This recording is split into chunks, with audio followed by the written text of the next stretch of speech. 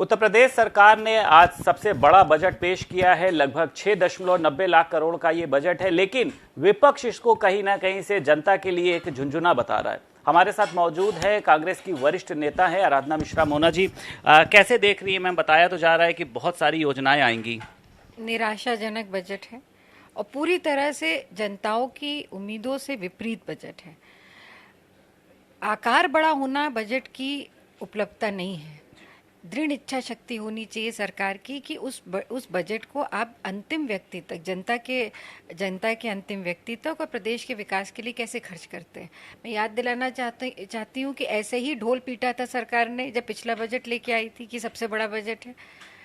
आखिर 50% बजट से भी कम सरकार खर्च कर पाई थी और कई तो विभाग ऐसे थे जहां 30% से भी कम सरकार खर्च कर पाई।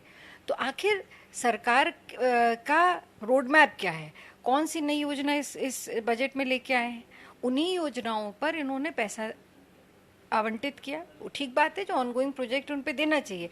पर मैं याद दिलाना चाहती हूँ, अभी 2022 में जो सरकार ने अपने घोषणा पत्र में वायदे किए थे, जिसपे सरकार को भारतीय जनता पार्टी पर उसी घोषणा पत्र पे लोगों ने, प्रदेश की जनता ने विश्वास करके सरकार बनाई, बहुमत की सरकार बनाई। आखिर उन घोषणाओं का क्या होगा?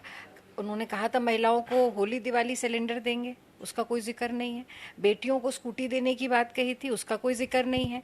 नौजवानों को रोजगार देने की बात कही थी। जब रोजगार की बात करता है नौजवान, तो या तो उसको लाठियां मिलती हैं सड़कों पर या उसको इन्वेस्टर समिट का झुंझुना पकड़ा दिया जाता है। आखिर जो इन्वेस्टर समिट पिछले हो चुके हैं उन पर उनसे जो निवेश सरकार कह रही है कि 4,80,00,000 करोड़ का निवेश आ चुका है, तो वो निवेश दिख क्यों नहीं रहा है? कहाँ है वो फैक्ट्रियाँ? और अगर वो फैक्ट्रियां बनी हैं तो उसमें रोजगार नौजवानों को कितना मिला? क्यों नहीं सरकार श्वेत पत्र जारी करती? बताए आंकड़े। कहीं उन आंकड़ों का जिक्र इसमें भी नहीं है कि कितने नौजवानों को रोजगार दिया गया। लगभग 10 से 12 लाख रिक्त स्थान सरकारी नौकरियों पे है। आखिर उस पर सरकार चुप क्यों है? तो पूरी तरह से, और किसानों की बात, लागत कम करने की बात आपने कही थी किसानों की, उस पर आपने अभी तक कोई, इस बजट में उसमें भी कोई प्रावधान नहीं है। तो चाहे वो छात्रों के लिए हो, नौजवानों के लिए हो, महिलाओं के लिए हो, किसानों के लिए हो, और यहाँ तक कि जिस लॉ एंड ऑर्डर की बात कही सरकार ने, अभी कुछ ही दिन पहले कानपुर में हुई विभत्स घटना हम लोगों ने देखी और हमने ये भी देखा कि जीरो टॉलरेंस की बात करने वाली सरकार ने उस पर क्या कार्रवाई करी। एक माँ बेटी को मजबूर होकर आत्मदाह करना पड़ा। ये कौन से रामराज की बात कर रहे हैं? तो पूरी तरह से एक असफल सरकार का असफल बजट है। कह रही है कि एक जिला एक उत्पाद की तर्ज पर मेडिकल कॉलेज बनाए जाएंगे, एमबीबीएस की सीटें बढ़ाई जाएंगी और इंफ्रास्ट्रक्चर और स्वास्थ्य की अगर बात करी जाए उसको मजबूत किया जाएगा। लगता है आपको कि ये चीज़ें आसान होंगी? नहीं, हम सब उत्तर प्रदेश की 24 करोड़ जनता का, हम उन्हीं में से हम एक हैं। हम सब अपने अपने क्षेत्र का प्रतिनिधित्व करते हैं और हम सब चाहते हैं कि प्रदेश में का विकास हो, नौजवानों को रोजगार मिले, चिकित्सा सुविधाएं बेहतर हो, शिक्षा बेहतर हो। पर आप ये बताइए कि पिछले 5 साल में जो मेडिकल कॉलेज बन रहे थे 3 सालों में, आज उन मेडिकल कॉलेज जो बन के तैयार हो गए उनमें डॉक्टर्स कहाँ से आएंगे? वो रिक्त स्थान जो पड़े हुए हैं, गांव के जो सीएचसी पीएचसी हैं उनमें डॉक्टर्स और पैरामेडिकल स्टाफ उपलब्ध नहीं है, वो चल नहीं पा रहे हैं।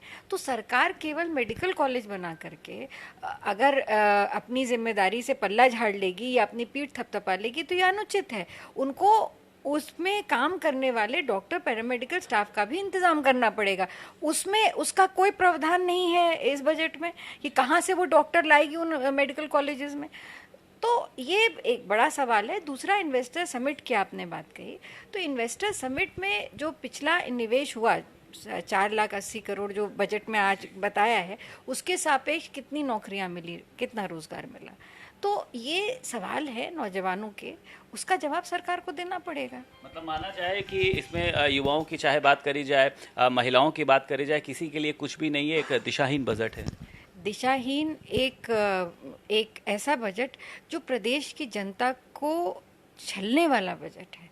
जो वायदे किए थे, अभी बहुत समय नहीं बीता, 1 साल भी नहीं बीता है अभी सरकार को सत्ता में आए हुए, और वो अभी अपने वायदे भूल चुकी है।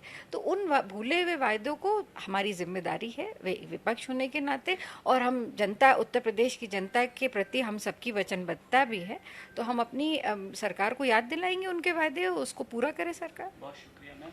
हमारे साथ कांग्रेस की विधायिका आराधना मिश्रा मोना मौजूद थी और साफ तौर पर उन्होंने आज के बजट को एक दिशाहीन बजट बताया है।